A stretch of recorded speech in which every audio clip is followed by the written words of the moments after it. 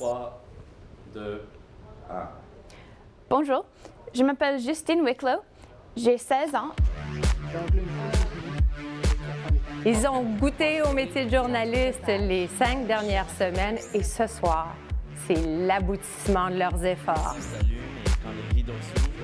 Jeune Info 2013, c'était 8 jeunes d'école secondaire venus être journalistes d'un jour à Radio-Canada. J'aimerais faire un reportage sur les victimes invisibles de l'autisme. Pourquoi tu as choisi ce sujet? Moi-même, j'ai un frère autiste, alors je connais les difficultés. 8 apprentis journalistes, 8 histoires complètement différentes.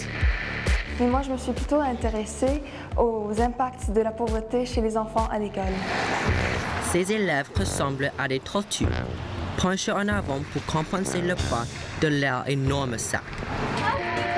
Ici Ying Zuxian de Vancouver. Après la pause au téléjournal, adolescents et militants, une combinaison gagnante pour sensibiliser l'opinion publique. Parler à ce chef d'entreprise, on sait qu'il ne va jamais nous parler. On y va avec des lunettes spéciales, comme ça. C'est grâce à tous ces plans-là successifs qu'on peut raconter une histoire. Ils ont participé à toutes les étapes.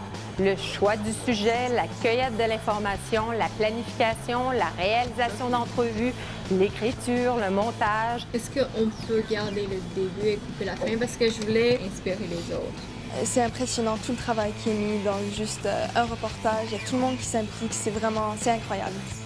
J'ai vraiment appris le travail des journalistes, les heures de travail qui rentrent dans un reportage de 2 minutes, et aussi la manière simple et efficace dont les journalistes nous apportent les nouvelles du monde. 2 de ces ravisseurs étaient canadiens et que l'un d'eux aurait coordonné l'attaque. Nous retrouvons Mathilde pour le bulletin météo. Bonsoir Mathilde. Bonsoir. Jeune Info, ça m'a porté à sortir de ma zone de confort parce que je suis quelqu'un d'assez timide. Fait que toi, ton rôle, c'est vraiment d'attirer l'attention sur ce qu'il faut retenir. Pour les prochaines 24 heures, nous aurons de la pluie pour Vancouver et Victoria et un peu de neige pour Kelowna.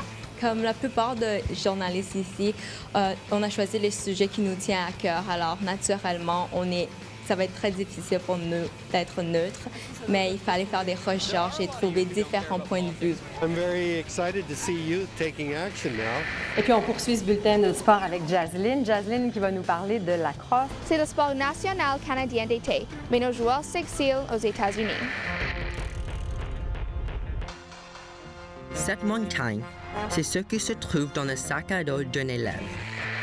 Une proportion multipliée par 2 dans le cas de Stacy, son sac représente près de 20% de son poids. C'est devenu plus qu'un passe-temps pour elle. En fait, elle chante depuis qu'elle est toute petite. Depuis que je suis jeune, c'était une évidence pour moi que j'allais faire ça. Kelowna is my baby, it's like my child. Ballet Kelowna, c'est mon bébé, dit David Lahaye. C'est un enfant qui a seulement 10 ans. Il dit que c'est comme perdre une partie de lui-même, comme un danseur qui n'aurait plus de jambes pour danser. Plus tard au téléjournal, 2 frères, 2 réalités. la jeune Elia Sonnet a trouvé sa voie. Magali Bureau, Radio-Canada, Vancouver.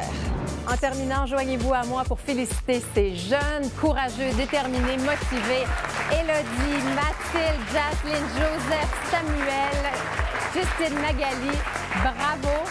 Très belle cuvée de l'émission Jeune Info. Merci à vous. Bonsoir.